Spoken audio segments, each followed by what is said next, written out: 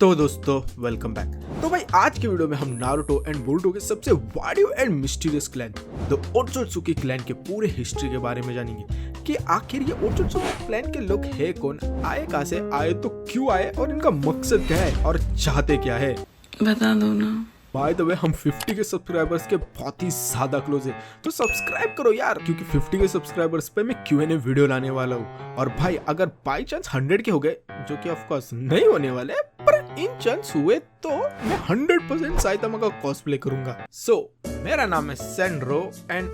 Let's begin.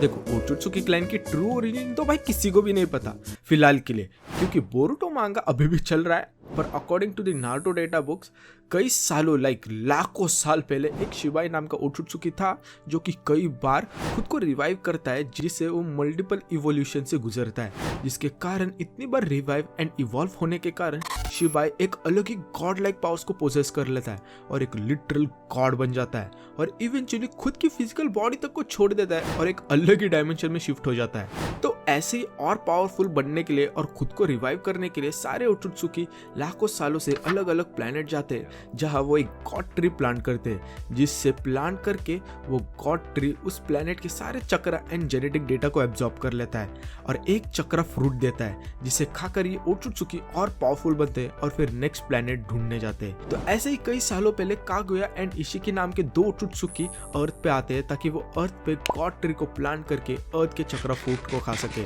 जिसके लिए Kaguya एक सैक्रिफाइस होती है। क्योंकि देखो एक गॉड ट्री को कल्टीवेट करने के लिए एक ओत्सुत्सुकी एज ए सैक्रिफाइस लगता है ताकि वो चक्रा फ्रूट और भी पावरफुल हो। तो ऐसे ही कागुया भी एक सैक्रिफाइस ही होती है और इशिकी उस चक्रा फ्रूट को खाने वाला होता है। पर देखो ऐसा भी नहीं है कि कागुया या फिर कोई वो दूसरा ओत्सुत्सुकी मर जाता है, क्योंकि एक ओत्सुत्सुकी किसी और बंदे को अपना काम आ देके उसे एक वेसल बनाकर खुद को उसमें रिवाइव कर सकता है, जैसे हमने बोरुतो में देखा ही है। पर स्टिल मोमी कागुया अर्थ पे आने के बाद इशिकी को धोखा दे देती है और उसे लिटरली मरने के लिए छोड़ देती है ताकि वो खुद वो चक्रा फ्रूट को खा सके और पावरफुल बन सके। तो इसके बाद फिर इशिकी खुद को मरने से बचाने के लिए खुद को एक स्मॉल साइज का कर लेता है और एक मॉन्क के बॉडी को पोजेस कर लेता है एक पैरासाइट की तरह, अनटिल एंड अनलेस वो एक नया वेसल को ढूंढ ले। वेल ये इशिकी का विषय हम बाद में देखते हैं, फिलहाल के लिए मोमी कागुया पे फोकस करते हैं, आई मीन उसके स्टोरी पे। तो इशिकी को धोखा देने के बाद कागुया चक्र फ्रूट रेडी होने का इंतजार करती है और इस वक्त के दौरान मोमी कागुया धीरे धीरे अर्थ के लोगों से साथ अटैच होने लगती है, स्पेसिफिकली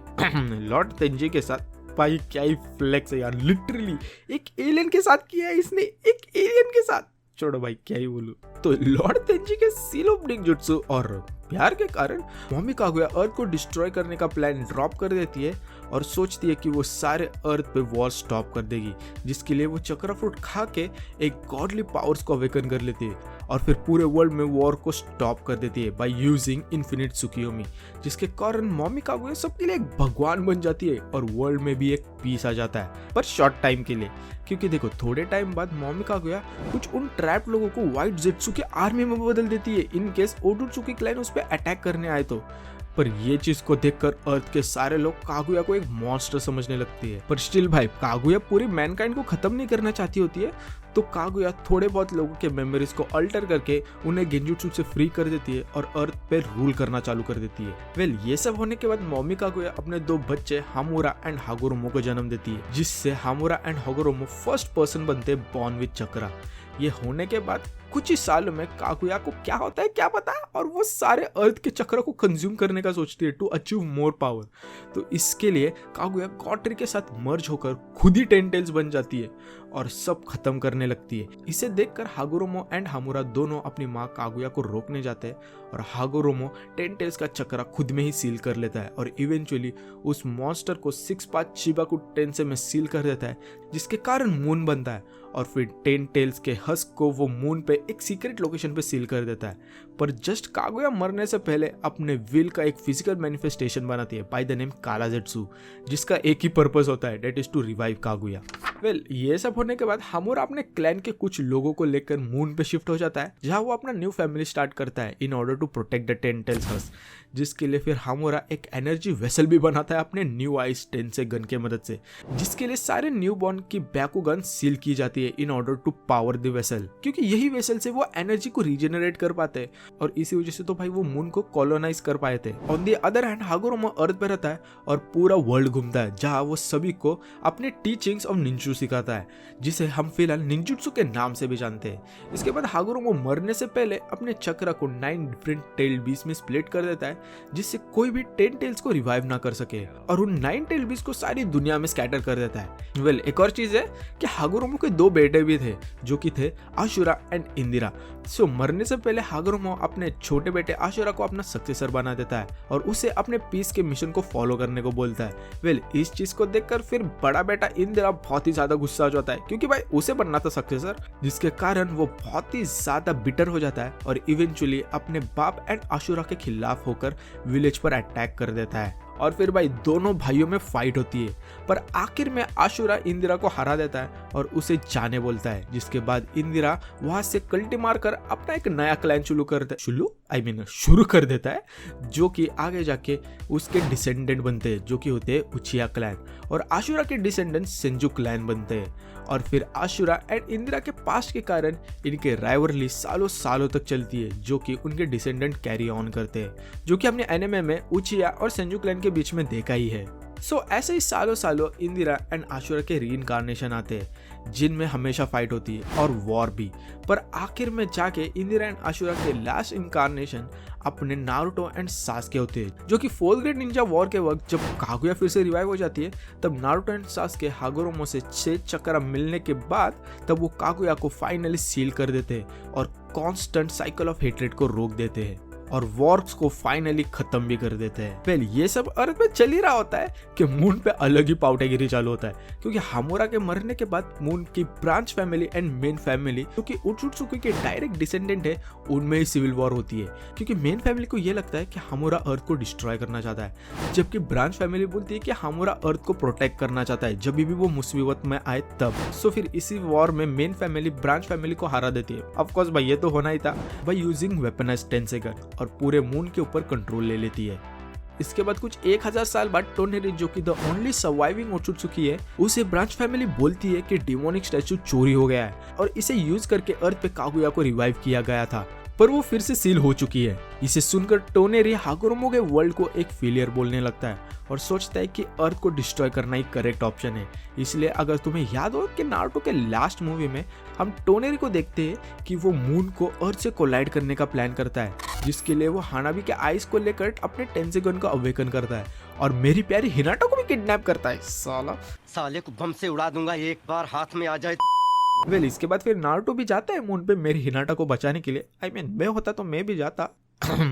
पर भाई इवेंचुअली टोनेरी को समझ आ जाता है कि हामुरा का असली मैसेज अर्थ को डिस्ट्रॉय करना नहीं बल्कि उसे प्रोटेक्ट करना था, जिसके बाद टोनेरी फिर से मून पे चला जाता है। वेल, इसके बाद कुछ सालों तक ओत्सुत्सुकी का कोई मैटर नहीं होता अंटिल नारुतो 7th होकागे बनता है। तो नारुतो के होकागे बनने के टाइम ओत्सुत्सुकी क्लैन की मेन फैमिली में से मोमोशिकी एंड किनशिकी को ये पता चलता है अर्थ पे कुछ तो गड़बड़ है, जिसके बाद वो इन्वेस्टिगेशन को जाते हैं अलॉन्ग विद उराशिकी। फिर इन्वेस्टिगेशन के दौरान जब उराशिकी टोनेरी से क्वेश्चनिंग करता है तो उसे सारा सच पता चलता है कि कैसे कागुया बेवफा और दगाबाज निकली और कैसे उसने खुद के क्लैन को धोखा दिया और इशिकी को मरने के लिए छोड़ दिया। फिर इसके बाद क्या भाई, मोमोशिकी एंड किनशिकी अर्थ पे आने को निकल जाते हैं, जहाँ पे वो अर्थ पे आके सबसे पहले बंटाई किलर भी को पकड़ते हैं और उसके अंदर से ग्यूकी के चक्र को एब्जॉर्ब कर लेते हैं। इसके बाद वो नारुतो को पकड़ने के जाते हैं उससे 9 टेल का चक्रा लेने, जो कि हम बोरुतो के चुनिन एग्जाम के वक्त देखते ही है कि कैसे पाउटे मोमो चुनिन एग्जाम के वक्त सब पे अटैक करता है और दोनों सास्के एंड नारुतो को खतरनाक वाली डिफिकल्टी हो रही होती है। वेल, वो अलग बात है कि उनका ज्यादा ध्यान सिविलियंस और अपने बच्चों को बचाने पे था इसलिए,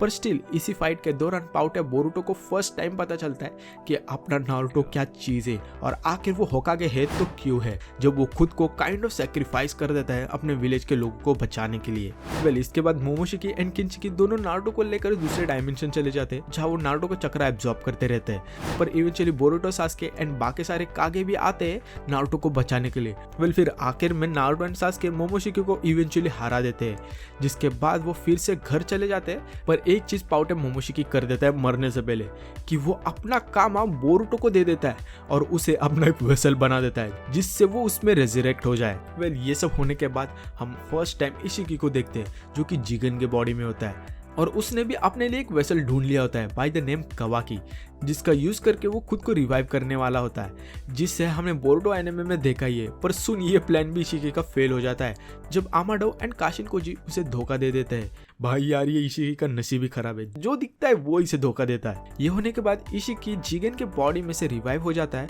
क्योंकि उसके पास कोई ऑप्शन ही नहीं होता है। और तभी हम इशिकी का ट्रू फॉर्म एंड पावर को देखते हैं और हमें पता चलता है कि इशिकी ओटोत्सुकी और ओटोत्सुकी इन जनरल कितने ज्यादा पावरफुल है, क्योंकि भाई दोनों सास्के एंड नारुतो मिलकर भी उसे हरा नहीं पाए थे। और फाइनल बैटल के वक्त तो नारुतो को इवेंचुअली कुरामा को सैक्रिफाइस करना पड़ा था अपने बैरियर मोड को यूज करने के लिए, जिससे वो इशिकी को मार पाए। सो आफ्टर ऑल दिस इशिकी तो मर जाता है, पर मरने से पहले अपना एक बंदा कोड को अपनी व्हील ट्रांसफर कर देता है बाय यूजिंग व्हाइट कामा। और इसके साथ साथ अभी भी बोरुटो मोमोशी के कंट्रोल में होता है, तो आगे जाके यही कोड का बच्चा बोरुटो कवाकी और सबको मारने के लिए जाता है अपने मास्टर इशिकी का बदला लेने के लिए। पर भाई करंट मांगा चैप्टर में तो बोरुटो कोड को ही पेल देता है। और भाई मैं पहले ही बोल दूं कि स्पॉयलर्स होने वाले आगे। देखो, इसके बाद हम ये भी देखते हैं कि कवाकी नारुतो को मार देता है, जिससे मोमोशिकी फिर से रिवाइव ना हो पाए, जिसके कारण फिर मोमोशिकी को मजबूरी में रिमेनिंग 18% कामा को सैक्रिफाइस करना पड़ता है बोरुटो की जान बचाने के लिए। और भाई हमें पता नहीं वो क्यों करता है, पर